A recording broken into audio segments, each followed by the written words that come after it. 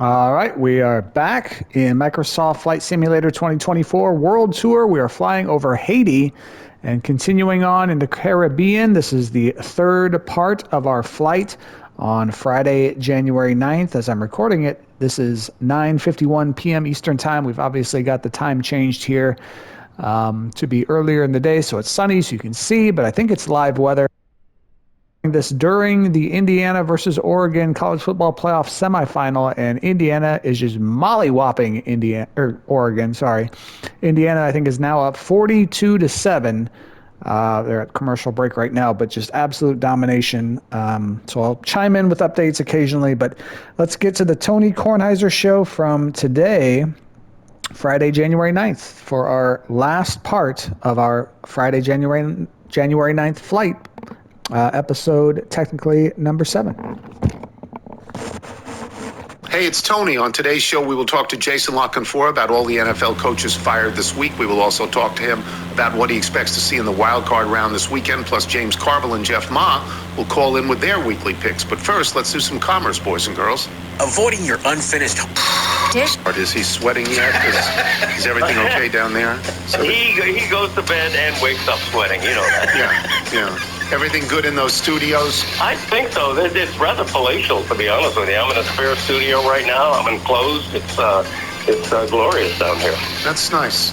I mean, the best thing about Dan is that Dan, of course, hates all authority, and now he is the authority, so he hates himself. The Tony Kornheiser Show is on now. If you're going to have college games, you ought to have a good one. That's a wonderful game. I thought Ole Miss was going to win the game before the game. But if you watch that game, Miami was, I don't want to say dominant. Miami was better. Miami's offensive line pushed Ole Miss around. It did. They had a lot of long drives. They sustained these drives. They held the ball for 8-9 minutes at a time. And coming back from third and long often. Yeah, they made their third down plays, and at the end, the winning drive, and you don't know it's the winning drive because the other team is going to end up with a Hail Mary situation, which, by the way, there's all sorts of pass interference, and you never call it. You can't. You don't call it on that play. No. Call it on the play before that play, but you don't call it on that play. So in that last drive, Carson Beck was really good. And then he pranced into the end zone, which he apparently doesn't do. That was only the second time all year he had a rushing touchdown. Well, he's an old man. He's 23, yeah. He's a throwing quarterback. He is now, in his college career, at two really fine football schools, Georgia and Miami. He's 18-3 against ranked opponents.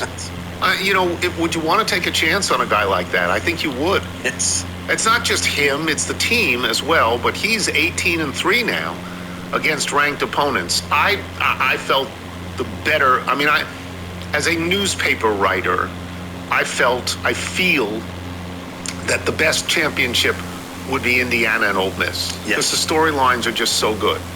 And you can say Miami is back from the doldrums. You can say that, but everybody, it doesn't matter what Miami's record is. Everybody always thinks they're a good football school. And the fact that they haven't won a national championship in 25 years. Well, Indiana hasn't won one in 3,000. So, I don't know about that. But I think too much is going to be made about the resurrection of Miami. But it is, you know what? At the beginning of that game, when they bring out Edgerrin James and Ray Lewis, that's impressive. There's legacy there. Now Mississippi brings out Eli Manning, and that's impressive. But Ray Lewis is a storied figure in college and professional football, and when he comes out there, it feels like a big deal. Oh, yeah. And now they get an intimidating figure. Yes. And now they get their home field. Yeah. Now I don't know what that means.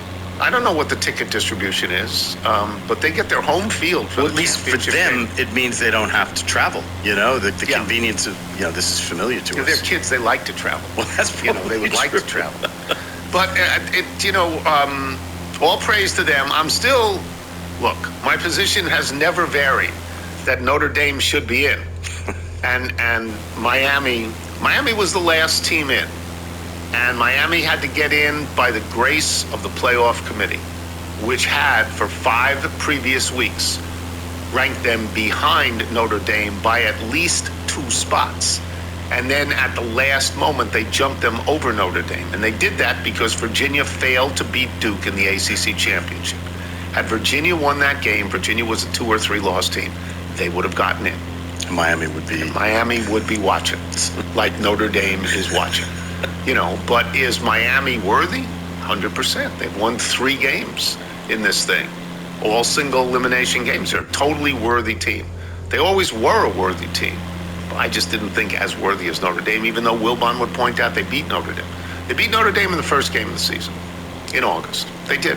Notre Dame I thought had a better run after that. But look, I'm not saying that Miami does not belong, because they obviously belong. And they did a great job last night.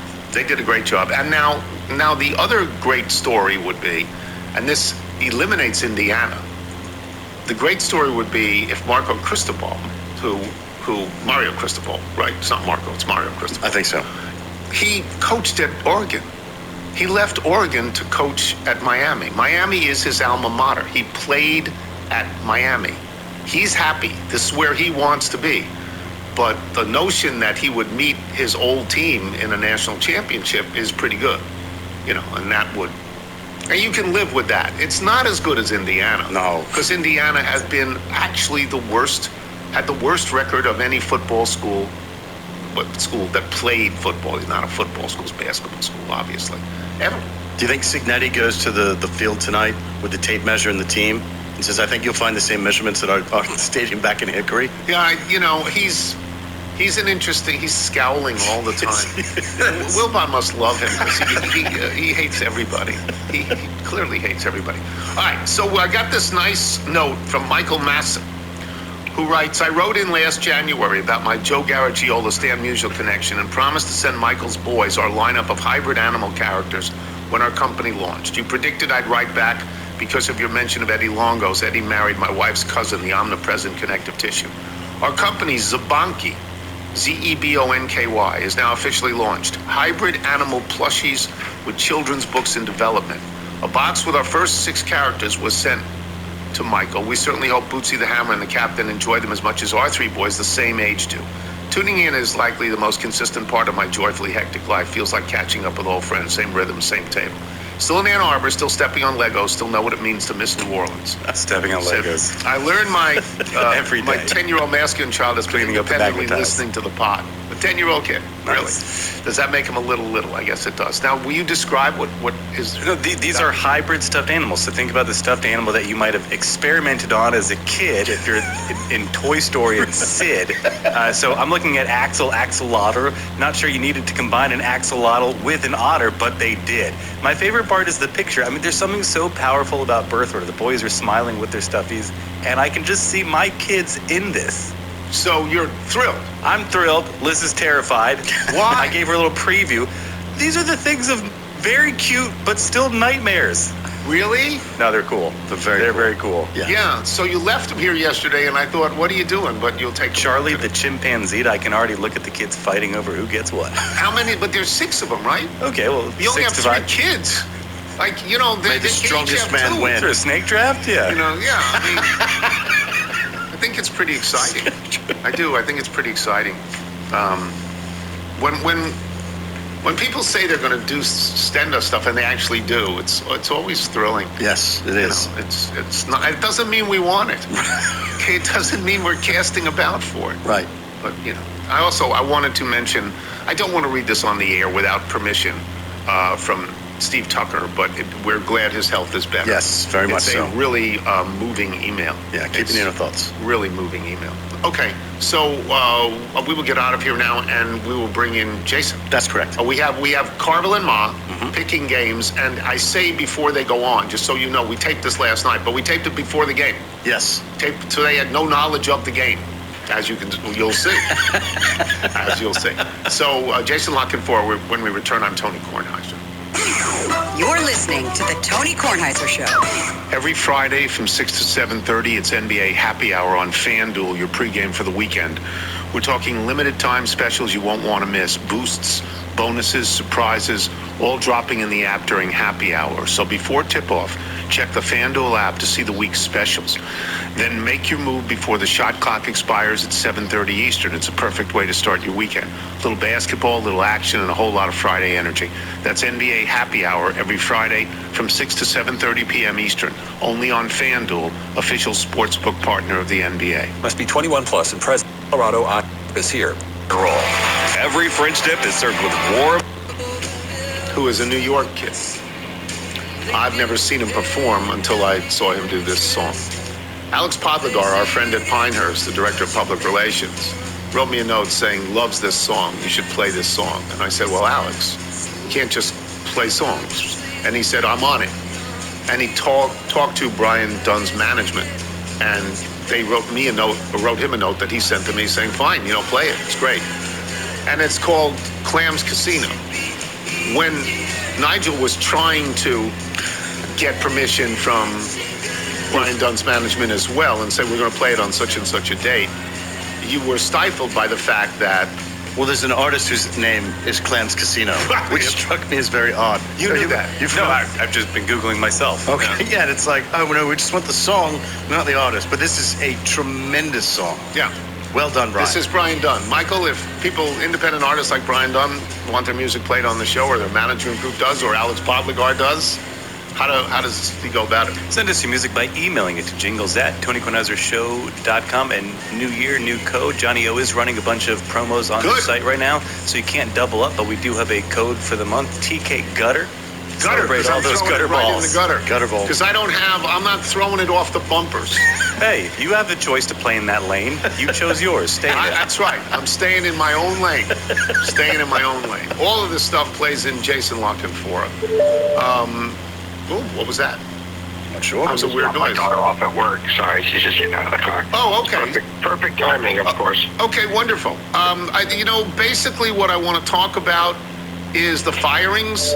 A lot of coaches are out. A couple of coaches were out in the middle of the year. The Giants coach was out. The Titans coach was out.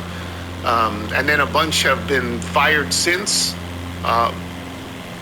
Were you surprised? I was surprised by John Harbaugh. I'm not sure you were. Were you surprised by any of them?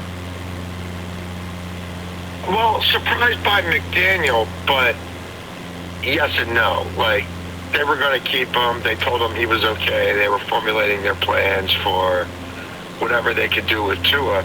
And then Stephen Ross, who, if you'll recall, got himself into a bit of hot water, chasing various Michigan men in the past. Yes. Not that John Harbaugh's a Michigan man, but Jim Ross is a Michigan man. Harbaugh's brother won a national title at Michigan. He got caught, tampering with Tom Brady at Michigan, man. And now all of a sudden, Jim Harbaugh is officially on the market. John Harbaugh. John Harbaugh, not John, Jim. sorry. Yeah. So if you had given me that data point, I would have said, oh, yeah, no, I could totally see the Miami Dolphins handling that coaching situation that way. The Ravens needed to make a change. The question was, would Steve Bisciotti at this stage of his ownership tenure, and as embedded to this duo of Harbaugh and DaCosta as he was, would he actually pull the trigger? Was he willing to go talk to 12, 14 different people, and seriously consider restaffing his franchise in a way he hasn't had to do in 20 years? So that was sort of the only dangling participle. But if you really chronicled this thing, they had to make a change. And John Harbaugh is probably the right guy for 6 or 7 other teams right now. That's what I want to ask you. Yeah, but he's not the right guy here anymore. He wasn't, and he was done firing coaches. He was sick of gutting his staff. While the guys who pick the players, nothing changes over there. It's the same personnel people. It's the same. It's the same analyst. It's the same quants. Why are you always coming to me saying I got to blow out all my top guys, but the dudes picking the players just continue to pretend like they're not a part of this?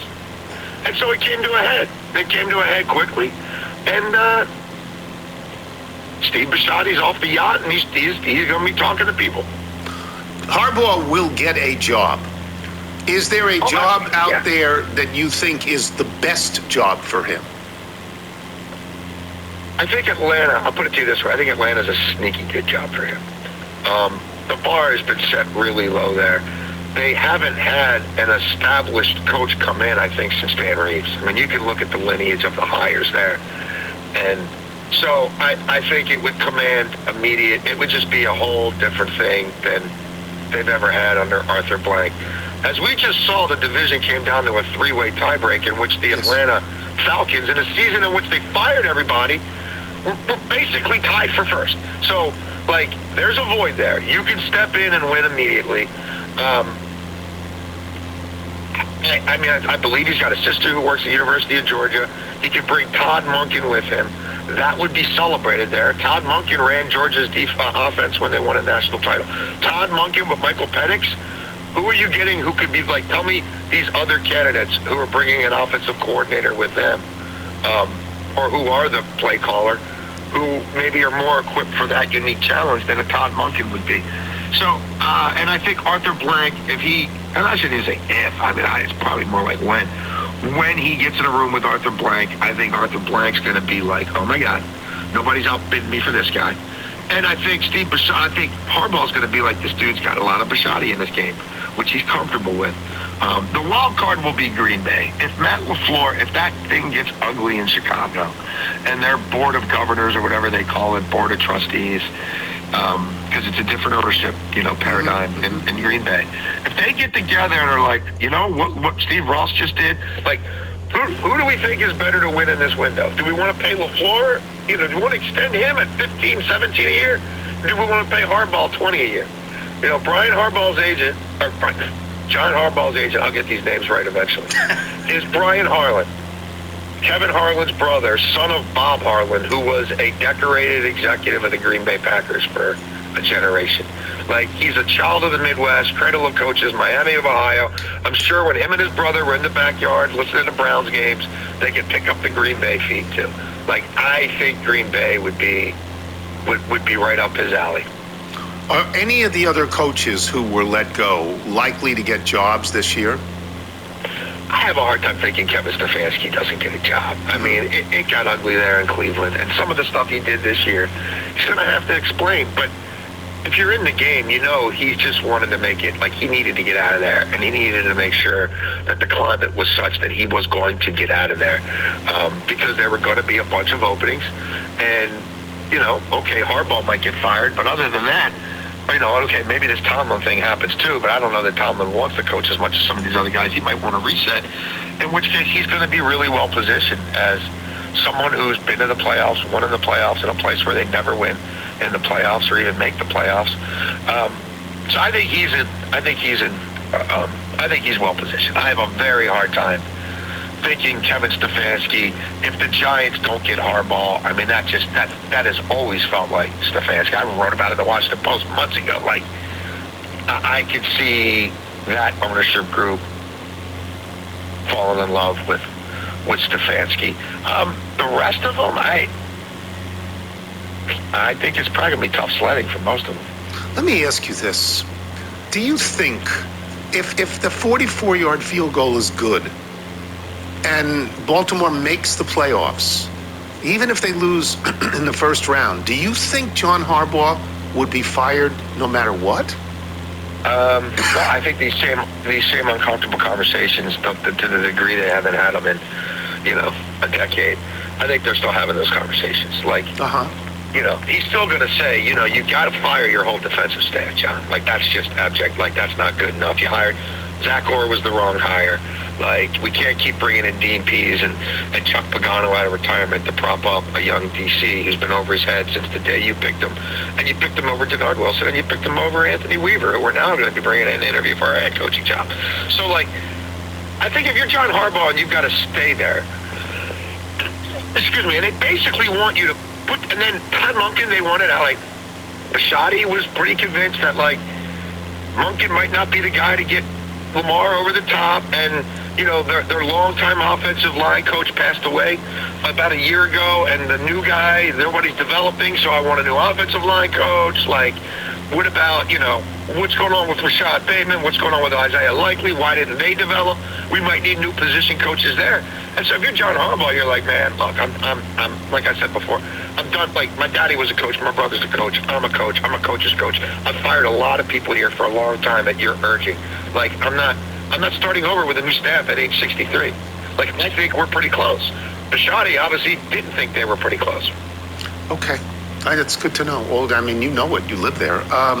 6 games: Green Bay, Chicago, San Francisco at Philadelphia, Rams, Carolina, Buffalo, Jacksonville, Chargers, New England, Texans, Steelers. I mean, to me, the 2 games that stand out, this is just to me, are Buffalo at Jacksonville and the 49ers at Philadelphia. Sure. And I'm wondering if you agree with that and where you're leaning on those 2 games.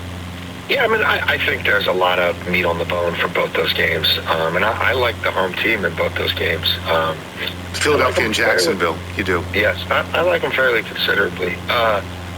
It's a real tough matchup for San Francisco. They haven't been able to run the ball all year. It's volume, but it's not explosion. Kittle, I think, is more hurt from that situation in Indianapolis than they're letting on. He didn't look right to me. Trent Williams, they're not the same offense without Trent Williams. And Trent Williams at 70% or whatever, if he does get out there, versus that particular D-line, and Kittle at 70% or whatever against that particular D-line and Vic Fangio's defense, where he generates oodles of pressure without ever blitzing. I think that's a big problem for them.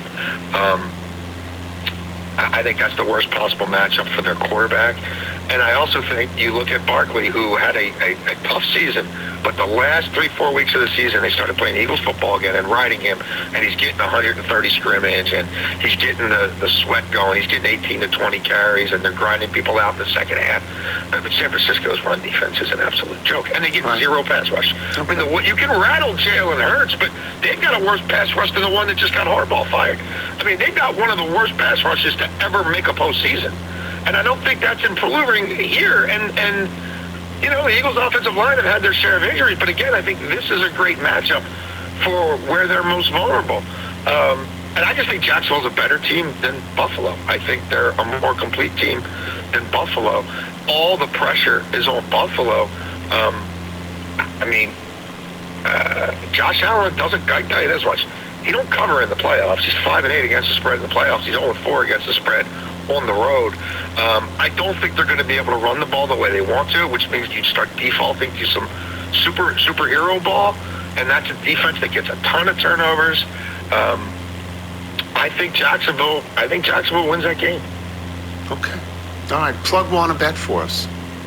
Yeah, we're breaking all these games down and continuing to give you our best bets in the English Premiership and the Bundesliga, NBA, college. We got college playoffs tonight. We're going to be all over that Oregon game. Futures, college basketball. There's so much that I'm sure your listeners are wagering on and thinking about wagering on. Go to wannabetwithus.com. Check us out. We're trying to keep it to 35 minutes a day, but if it's a 3 lobster night, stuff happens. And we will give you all our best plays. We'll tell you why we're playing them the way we're playing them, and we show all our work. We track every bet, and we tell you which markets we're doing great in, where we're not. We keep score, and we do pretty well. So who do you like tonight? wannabetwithus.com. You can get all our content. Just on the way out, who do you like tonight?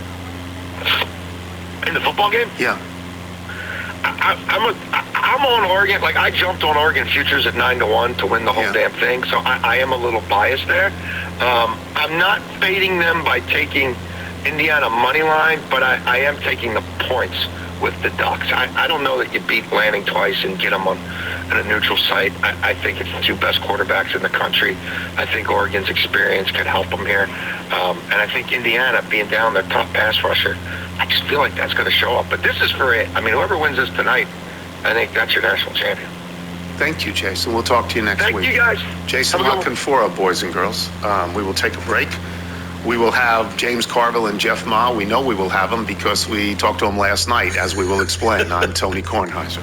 Does it ever feel like you're a marketing professional just... Here comes 3-time juggling champion. Well, you wake up in the morning, boy. You hear the ding-dong ring. Then you look upon the table, boy. You see the same darn thing. find no food upon the table, boy. There's no fork up in the pan. But you better not complain, boy. You get in trouble with the man. And The Midnight Special, Paul Evans. It's the traditional James Carville walk-up music. And he's walking with a spring in his step because he went 6-0 last week. One more time. 6-0 and is now 51-47-2. 6-0. This week's picks with James Carville and Jeff Ma are brought to you by FanDuel Sportsbook. Make every moment more. You want to bask in the glory of this? It was great. Yeah, but we got to roll on. We can't look back. We got to look forward. Yesterday's victory could easily be tomorrow's defeat. So we put a lot of thought into it, and we're ready for our picks this week. Let me just say that we are taping with James and with Jeff on Thursday evening before the start of the Miami Ole Miss game, so they can pick that game. You'll know when we hear this that game was over, but it's legit for them to pick that game. What have you got for us? I got the over 52 in the game tonight. Over 52, okay. That's and I got the over 48 in the Indiana-Oregon game. We're going 2 overs. You're going to take both overs in that, okay. Yes, sir. And then we got a really good game, Packers and the Bears. Yeah, in Chicago. It should be cold, and I'm good with the Pack. I think they're more solid up and down. Okay. They're on the road, but Green Bay. It's not a very far trip, to take the bus down there. It's not that big a deal. No, it's Wilbon used to do that all the time. Yeah. Screaming at cheeseheads. Screaming. Yeah. Go ahead. Maybe one of the powerhouses of the future in the NFL, we're going to take the Jacksonville Jaguars. It should get a little bit here, but it's they're home against the Buffalo Bills. You get a 1.5 grade. If it's point, take it anyway. Go with the Jags. We have it as a 1.5. So you are convinced that this iteration of the Jags and Trevor Lawrence, they're real. You think they're real? They won 8 in a row. I think Trevor Lawrence is a real quarterback. Okay. I do. I thought he was in college. We balled him up, but he was real. He won a lot of guys. He was great in college. And then the last 2 or 3 years didn't look good. And then they bring in this quarterback whisperer, Liam Cohen. And now all of a sudden he looks like a Pro Bowl player every day. He does. Yeah. Yes, absolutely. And the 49ers and the Eagles, you're going to have to eat some points here, but take the Eagles about really? 4.5. Yeah. Ooh. At home. Yeah. Okay. I got a playoff game, and as opposed to going from Green Bay to Chicago, San Francisco to Philadelphia. That's a big trip. It's a big trip. You got a long time on the plane. You got. I don't care how good an athlete you are. You just got to adjust a little bit. I like home field in these playoffs when the road team has got to go a long way. Okay, so just don't place much stock on it. We're not doing this. This is not the bet. But if you had to pick a team in Miami, Ole Miss, or a team in Indiana, Oregon, who would you pick? I never thought I'd get this out of my mouth, and maybe it's because I'm kind of halfway pulling for them. But I think it's like Indiana. They beat everybody. Yes. Until you get beat. I mean, it's the old boxing rule we grew up with. Until you get beat, you're the best. Yeah. Yeah. Okay, and I didn't think they would beat Ohio State in the Big Ten championship game. No. They did. Yeah, they did. They did. Right? So they lost. Yeah, that might be the best coaching job in the history of sports. Well, they just squeaked by Alabama in that game. Like 38-3. Yeah, and he likes to run it up, too. Good for him. Yes. All right, James, good luck. We hope you thank you. All right, hope you win them all. James Carville, boys and girls. And now we will get Jeff Ma on fun. Now, Jeff Ma did not pick last week because Jeff was in Hawaii, right? That's right. And so, do you think you'll get him quickly? We're trying to get him right now. Yeah, calling him right now. Oh, okay. Because do you think James had to tell Luke that he's going to publicly take the Jaguars before coming on here? Because of the Bills. Because of the Bills. I mean, James has always been loyal to the Bills, as is Luke, obviously. So, yeah, I was a little bit surprised on that. Wilbon's got that, too. Wilbon's got Jacksonville. He thinks that they're going to win. I don't know. I mean, I think Philadelphia is a good team, but I also think the 49ers just don't have any defense, but they can score a lot.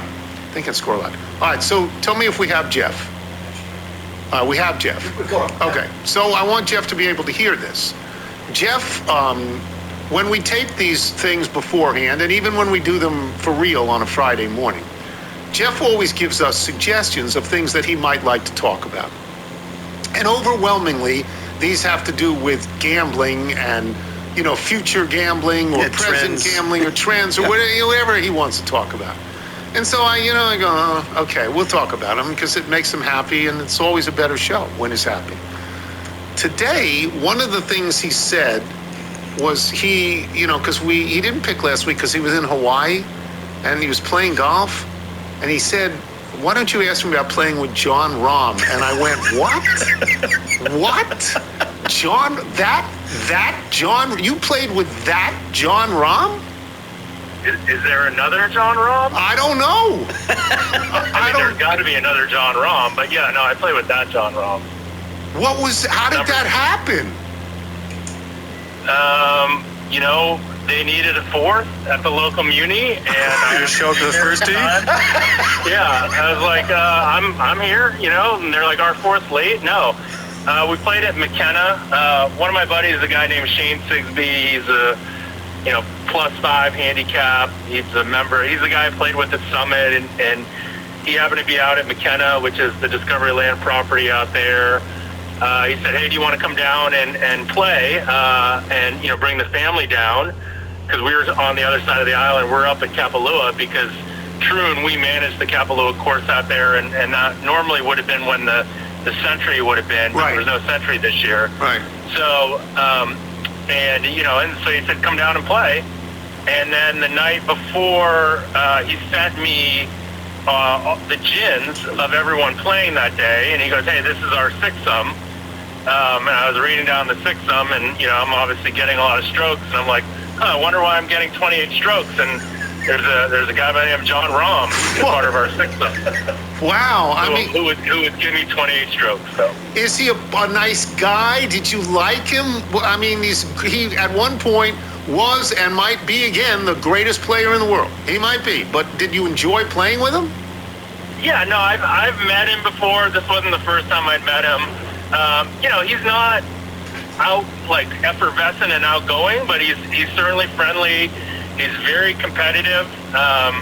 He shot a 63 that day, but if you had looked at him, you would have thought he was Kurt Signetti. So, he's a very stoic and competitive person, and I think he takes golf seriously, no matter what he's doing. But I had no idea that he shot at 63, and then we're sitting around afterwards, and I'm like, oh, how did he play? Because given sort of his demeanor, and they're like, oh, he shot at 63. So I'd be crazy not to ask this. I'm gonna put on my sports writer hat. Did you ask him about LIV, about Koepka leaving LIV, about what his future was? Did you ask about those things, or was that not something you felt you could do? Yeah, I don't know if it was something I felt like I could do, at that situation. Yeah. Giving 28 strokes away and just being happy to be on the same tee box as him. You've probably been in situations like this, obviously, where, you don't want to be the person that's right. Holding anyone up. You don't want to be the person that's disrupting anyone, that's, walking through lines or anything like that. I wasn't super provocative in asking him, about LIV and the future of LIV and why he took the $500 million, etc. Well, he's a great player. There's only, same tee box. Were you in the same tee box with him, really, actually? On the same tee box? Yeah, when he finally caught up. No, we played from the same tee boxes. I don't know if you guys have ever played any of these Discovery Land properties, but you have your own golf cart. You can drive right up to the tee. You can pretty much drive anywhere except for on the green. As a six-sum, we played in about 3 hours and 10 minutes. Wow. That's great. Got around the course well, and we played from the same tees. Did you ever out-hit him? And big hitter, the Llama. Did you ever out-hit him? No. I did par the number one handicap hole, which when you're getting that many strokes, you win. Is a net eagle. So yeah, and you win that. So good for you. Good for you. You did better with Rahm than you did when you picked the last time you picked, when you ended up 2 and 3, 49, 37 and 1. You're still the leader. You're the leader, but that was You did not have a good week, so we need you to rebound. What have you got? Well, can I tell also one other story? Sure. That's just this social fabric of this. So we're planning a marketing activation for the company I work for during Waste Management Week, which is, as you remember, is the week that you and I met. Yes. When you asked me to park your car way back in the day. It's a long time ago. I've forgotten that part. I forgot. Yeah. One day we're going to have to tell that story again because I think people really want to hear it. But we're in this meeting and we're talking about basically sponsoring this area at the Fairmont, which is the hotel that kind of butts up against it. And we go through this whole thing. We're kind of going through this negotiation. And then one of the guys kind of in the background comes on camera, and the first thing he says to me is "La Cheeserie." Really? So, wow, that's fabulous. Yeah. Well, that's good. So, that's good. That makes me happy. It's pretty much everywhere. That's good to know. That's good to know. All right, what do you got? What are your picks? Well, so we got one college game going tonight. You can pick it. You can pick it if you want. You can do that. Yeah. I'm going to take Ole Miss. Okay. What do you got? Do you have 3.5, or do you have 3, or what do you have? I've got 3, but we just gave lines to Carville that could be questionable. So if you'd like 3.5. No, because I used it as a lead-in PTI, and it was 3. Oh, it was 3? It was 3 on this day. Yeah, so it's 3. You'll take Ole Miss? Yeah. I'm going to take Ole Miss. Plus 3. It's plus 3. Plus 3. It's going to be very interesting to see what happens with this game, because ultimately it's going to be a question of whether this is like galvanizing for this team or whether they really miss coaching and leadership. But they're offensively just a lot better than Miami. Miami's been obviously incredible defensively, but usually good offense can beat good defense. So I'm going to take them. I'll give you one scary little stat for picking Ole Miss, and that is that Carson Beck in his career at Georgia and at Miami is 17-3 against ranked opponents. That's pretty good. That's a pretty good number. So. Yeah, but I mean, what was Georgia during that time? They were it's top not 5. just Carson Beck. What has Georgia been during that time? So these things are misleading in terms of like the Carson Beck situation. I would rather have Trinidad Chambliss as my quarterback in this game than Carson Beck. Okay, what else you got? I'll leave it to you there. I will take. What do you have Indiana at? 3.5? Yeah, 3.5. That's right. If Indiana had Alabama or Ohio State on the front of their chest, given the way they've played this year, what do you think this line would be? 6.5. Yeah. It's interesting. The only thing that holds me back from this game is that at the core, Oregon probably has more pure talent than they do. Yes. Like if you look at the 5 stars, etc. Indiana has the experience, and Indiana is certainly a better team. They performed like a better team all year, and what they've done this year, I think again, it would be short of like one of those juggernaut seasons, but because they're Indiana, people are still holding them back. I mean, this is probably the first game that they've seen the respect that they deserve in my mind. But I'm still going to take that minus the 3.5 here. So what would worry me here, and I will say this tomorrow on television, is this is the second time around this year, and look what happened with Ole Miss and Georgia, and look what happened with Alabama and Oklahoma. I mean, I just worry about that. Do you? I mean, no. I mean, obviously you worry about everything. I'm more worried about is Oregon's talent, was last week a real indication that Oregon's talent is peaking and is elite, and, or was that just a matter of Texas Tech they being drilled rusty them. and outclassed? They shut them out. They drilled them. Yeah. Okay. All right, you'll take Indiana. It was almost beyond shutout, too. It looked like Texas Tech didn't even know how to play football. 3.5. Okay, what else? Yeah. And we're going to go in the NFL. We're going to take the Packers minus the 1. We get 1 still? 1 is fine. Yeah, we got Carville had it at even. Carville found some place in somewhere in southwestern Louisiana nobody's ever heard of. Yeah, go ahead. Was it someone's backyard or garage that they're booking games out of? Could be T-Boy's shed. Yeah. Could be. Yeah. Yeah. No, I'm gonna take the Packers. Packers have a lot of upside. They obviously have a lot of downside too with all the injuries but I think they're a team that, like, in this situation, and again, the Bears just defensively are kind of putrid. So I like the Packers here to win this game on the road. So do I, because Wilbon can eat it. I just want to see Chicago lose. Go ahead. What else? I'm going to take the Jaguars at home, getting points. We talked about this on Bet the Process this week. The narrative of that elite. Another turnover for Oregon. It's 42-15, and Indiana's going to score again, probably. Quarterback is kind of getting dispelled this year, right? Like, we had Mahomes and Lamar and all those guys that Burrow, and we were like, that's all that matters. But not Josh Allen. The only reason Josh Allen's been legit. But the only reason you would that one was actually a block punt. Pick Buffalo in this game over Jacksonville is Josh Allen. That's really the only reason you pick them. Yes. And obviously that's a very, very, very big reason.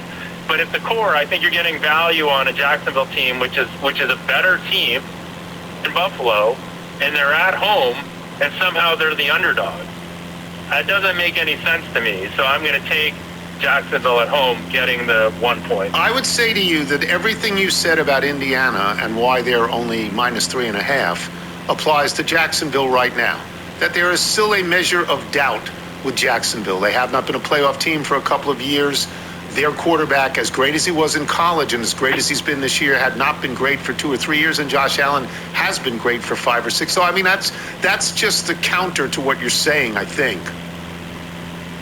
Yeah, no, I agree, and it's not the counter. Isn't it kind of the corollary? It's basically saying a little bit of the same thing. That it's like this is a team that is a bit underrated. Yes, and they don't inspire the belief that they should, given what they've done the last 8 games, and given what this guy Trevor Lawrence has done. He's thrown 19 touchdown passes and scored 5 touchdowns on his own in the last 8 games. It's an unbelievable. That's Joe Montana numbers. It's unbelievable. So, okay. What else? Yeah. I'm going to take one more. I'm going to take the Steelers plus the 3 over Houston. Really? Yeah, Steelers team is very perplexing, but again, I just, this Houston team, the Steelers actually match up well with Houston. Houston's weakness is on the offensive line. Steelers can get pressure on them, and I think they will cause some disruption. The other thing that the Steelers do well that is kind of neutralizes the Texans, is these just quick passes. And Rodgers likes to get that ball out quick, and so if you get that ball out quick, a pass rush doesn't matter. So it's a good matchup for Pittsburgh. They're at home, and getting 3 points again. Like it's in a game that's lined at 39.5 for the total, meaning there's not going to be a lot of points scored. 3 points means a lot. That's good. That's good analysis. I would go the other way just because I don't really trust Pittsburgh. But you're right about Rodgers.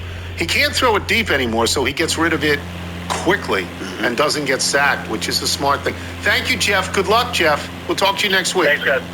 Yeah, John Rahm, how about that? John Rahm. This week's picks by James Carville and Jeff Ma have been brought to you by FanDuel Sportsbook. Make every moment more. And we will come back with jingle and email, and I am Tony Kornheiser.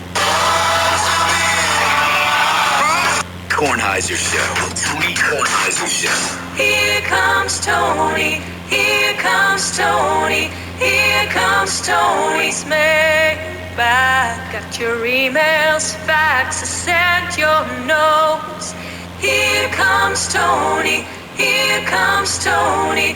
Here comes Mr. Tony Smith. Gonna read some for all of you.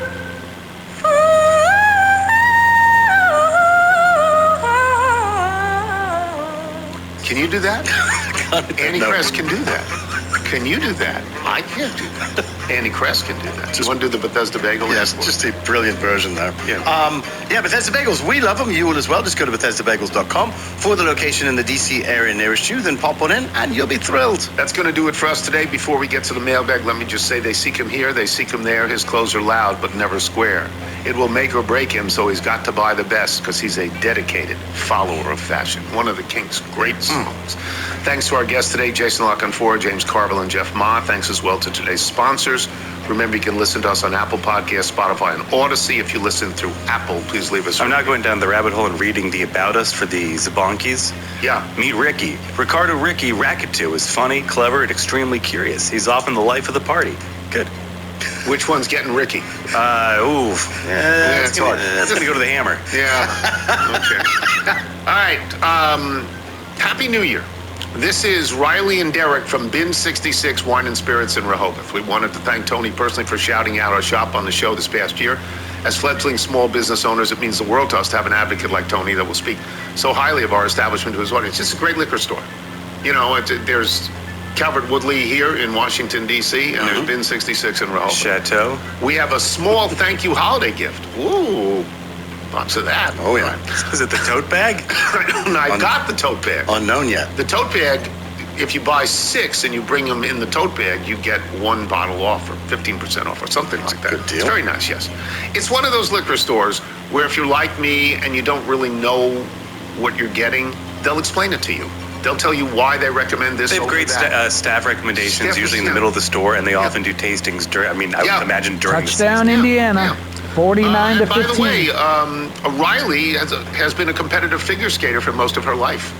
So, and she says that Team USA is the most stacked it's been in about 25 years. The Olympics are coming up. Yeah, in a month. They're coming up.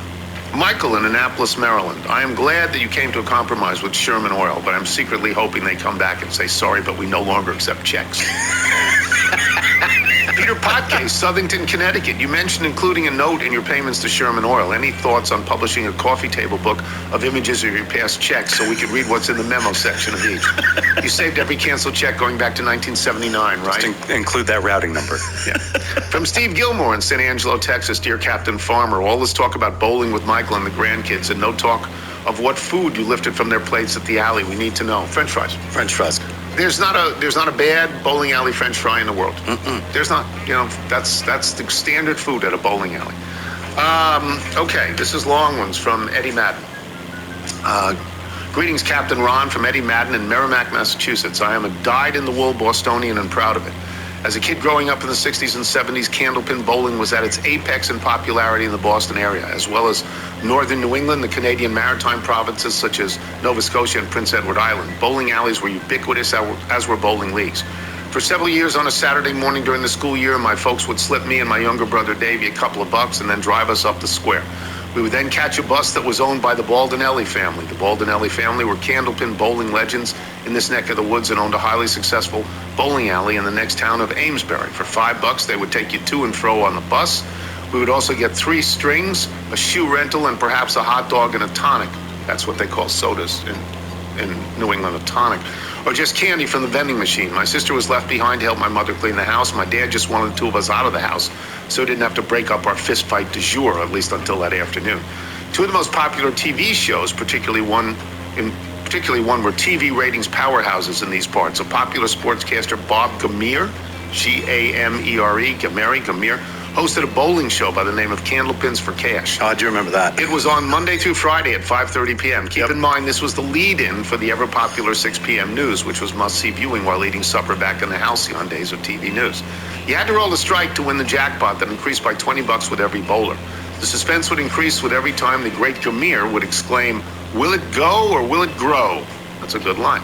While this was a great show, it did not compare to a show that was a staple every Saturday at high noon. The Boston Globe used to provide a listing in the scoreboard section of the top 10 sports programs watched on the TV every week. Before football became a juggernaut, a show by the name of Candlepin Bowling with Don Gillis reigned supreme every week for 2 decades with no close second.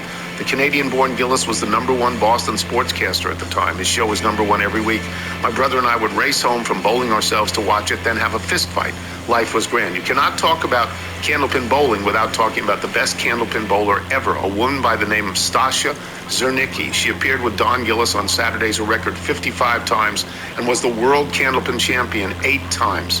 She was voted as one of the top athletes of Massachusetts in the 20th century, and she always wore a skirt. Different days, but repeat, life and candlepin bowling were grand. Isn't that a nice How about email? that? And the bowling alley I was thinking of, Sacco's Bowl Haven, also at the Flatbreads. Okay. And so there was bowling for dollars, but there was also something, and I think Janis Joplin refers to as dialing for dollars. Do you remember this? I do not. you'd be watching a movie and they would take a break and they would randomly call people. And if you answered the phone, you got on for your money. It was crazy. Yeah. This is from Peter Bergman in Austin, Texas. I'm an economics professor. This past summer at a David Aldrich moment at arguably the most prestigious conference in economics, the Summer Institute, organized by the National Bureau of Economic Research in Cambridge, Massachusetts, never Revere. As I walked into the largest, most overly air-conditioned conference room, I ran into Marty West. No, not that Marty West, his son. Marty, as I'm sure you know, is a brilliant professor at Harvard. Like everyone else there, he was taking advantage of being in a room with some of the smartest people in the world to chat about various smart things that smart people talk about, but not I, Tony. For the connective tissue is strong, I did what any little would do. I awkwardly interrupted Marty's conversation to make insistent references to your podcast. I knew it was going well when I felt compelled to explain who you are to his Ivy League colleagues sitting beside him. Marty was nonetheless extremely gracious. If it's not taken, can I be the official economics professor of the show? I'll put it down on my CV as part of my annual performance review. Hopefully it will make up for being ostracized from all future conventions with these people.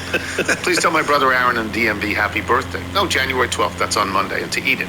Big fan of all your guests, particularly enjoy your segments with Jeff Mize. Work is a fascinating blend of analytics and behavioral economics. A waste of talent having him park cars, if you ask me, but what do I know? From John Pearson in Milwaukee, and what is an ultimate example of connective tissue. I stopped at a Quick Trip convenience store, one of the top 3 reasons to live in Wisconsin, for a way too large Diet Coke. I've been listening to your Chuck Todd appearance on the show. As I walked through in the spirit of your old man phone awareness, I did not lock my phone, so it started playing the podcast again, and I was oblivious. Just as I got to a quiet part of the store, See the Monkey He's Scratching blasted onto my phone. A guy just down the aisle lit up and said to me, "Holy cow, with cheesery." You and Reginald are bringing the world together. Holy cow. It wasn't cow. I put in cow. From Mike O'Brien in Boston, formerly Revere. Is the new game meeting astronauts? I used to be a livery driver in Boston, and one day I had to drive Jim Lovell to the airport. For those who don't know who that is, he's the guy Tom Hanks played in Apollo 13, but the real human being. You know, your car breaks down, you make a whiny Instagram video about it, then call AAA and they tow you home. Jim Lovell did basically the same thing, except he used the moon's gravitational pull to bring a useless hunk of metal back through Earth's atmosphere without killing anyone. So we're driving to the airport through the tunnels, and Mr. Lovell asks, "Are these the big dig tunnels? Didn't something bad happen here?" And I said, "Yeah, they are, Mr. Lovell. You know, sometimes things don't work out the way they're supposed to." He didn't talk to me the rest of the ride. Also, I'm opening for Brian Simpson, 1 show Friday, 2 shows Saturday at Laugh Boston. If you give me a TK salute, I'll let you buy me a Bud Light. How about that? Oh, yeah, a reminder, Greg Garcia will be on stage tonight and tomorrow, I believe, at Mohegan Sun. So, tremendous. Featuring in his new career as a stand-up comedian. Mark Elliott, Prospect, Kentucky. So I was at physical therapy the other day after having hip surgery to repair a torn tendon. While waiting my turn, 2 of the therapists who I've worked with before were having a conversation nearby. One of them saw me and gave me a wave like it's time to get started. He said to the other something like, "Well, it's been nice shooting the breeze, but I guess we better get busy." The other said, "Shooting the breeze? Haven't heard that in a while. That's an old one, really?" I mean, to me, it seems pretty common. It's not like 23 Skidoo.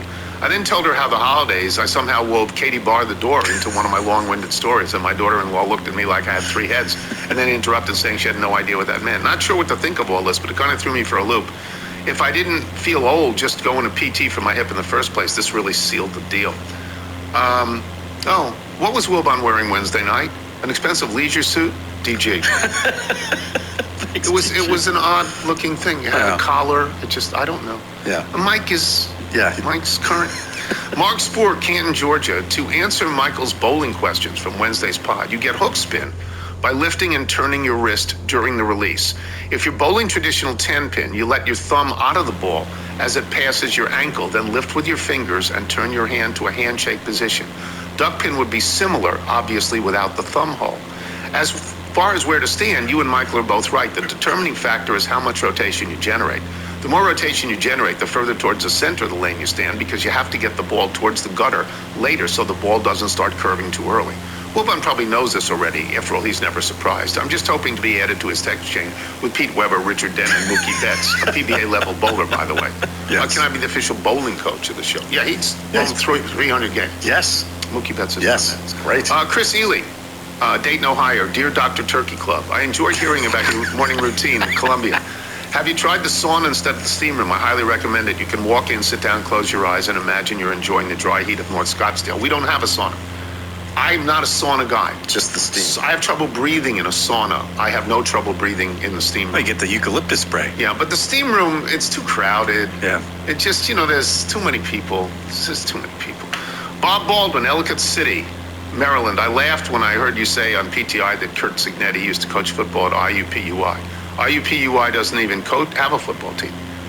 Signetti coached at IU Penn, better known as Indiana University of Pennsylvania. Well, that's what I thought it was. That's what I thought IUPUI was. Pooey pooey? Yeah, okay, so I got that wrong. As Signetti said at his first IU press conference, this is true. All I do is win. Google me. Yep, said that. Elon in Atlanta. Imagine being Trae Young. Then imagine actually preferring to be traded to the Wizards. Then imagine willingly wanting to be part of a 10-year rebuild. The answer to all of your questions is money. If you're out on your bike tonight, everyone, as always, to wear white. Hey, Dad. Dad, honey. Tony. Dad. Dad. Listen up. Tony. Dad. Tony. Dad. Tony. Listen up. All right, so we got a little bit of time left before the recording's going to run out. Got a little over 4 minutes to go. I don't think we're going to make it to that DCR airport. What we can do, let's go down here and look at the closest airports. There we go. Yeah, so I think that DCR is the closest airport. That's probably where we'll pick up from next time. So we'll just let this video end mid-flight, and we'll pick up from that DCR airport in our next flight. In the football game, it's 49-15. Indiana just crushing everybody. They crushed Alabama in the Rose Bowl. They're crushing Oregon here. And then they'll play Miami in the national championship game a week from Monday. So the next time I do a flight, next Friday probably, there'll be the week's worth of Tony Kornheiser shows. Will be probably previewing that game along with probably mostly the NFL playoffs, but it'll be Indiana versus Miami in the national championship game in Miami. Miami gets to play the national championship game in their home stadium, which is interesting. And I heard today that these teams get like a $3 million travel budget. Since Miami doesn't have to travel, they just get to pocket all that money. So that's nice for them. But I assume Indiana will just crush them too. But we'll see what happens a week from Monday. Tomorrow, there's some interesting college basketball games on, as this is kind of a time capsule if I ever go back and listen to this. I know Duke plays SMU tomorrow, and SMU's actually ranked. Taking a look at the top 25 games tomorrow. Also, number 10, Nebraska, undefeated at 15-0 in men's college basketball, plays at Indiana, who's 12-3. Indiana's a 4.5-point favorite there. We'll probably lose our first game, but we'll see what happens. And Nebraska's been shocking me all year. And then Duke plays against SMU. Number 6 Duke is home against number 24 SMU. Duke is a 13.5-point favorite, but I would definitely bet on SMU in that. We'll see what happens. North Carolina plays Wake Forest. No other huge games. Kansas is at West Virginia. Kansas hasn't been that great this year. But anyway, you know what I could play for the last 1 minute plus is a little bit more of another podcast I listen to as I let it play out this episode, is the Gary and Matt show from Omaha, Nebraska. I haven't finished that from Friday, December 9th, so maybe I'll play that for the last little minute here. All right, Conspiracy Theory Friday, which the show's been renamed to. There is no conspiracy here, by the way. Chris Stapleton, his All-American Roadshow with Nikki Lane coming to Lincoln in October. Tickets go on sale a week from today at 10 a.m. But you can win them before you buy them. We gave away tickets yesterday. Connor Happer Show is going to give away tickets today. For more information, go to 1620thezone.com. Jerry has a conspiracy theory on Conspiracy Theory Friday. He said, I don't know if this is a conspiracy, but I think the real reason Trev Alberts left Nebraska is that he realized he screwed up the football coach hire and wanted to get out of here before he had to face the music. I think there were other factors that probably relayed into Trev Alberts leaving for Texas A&M. Outside of a coach who had been there for what? Rule had only had one season up to that point before Trev left. Yeah, I don't know if he saw the writing on the wall. That's my conspiracy theory. All right, that he did not see the writing on the wall as a conspiracy theory? Well, no, that's probably an observation. I'm now looking through some of the top sport conspiracy theories. There are some things that go beyond that I didn't really fully remember, to be honest with you. Like Delonte West and LeBron James' mother. That's a tough conspiracy theory. I don't know, that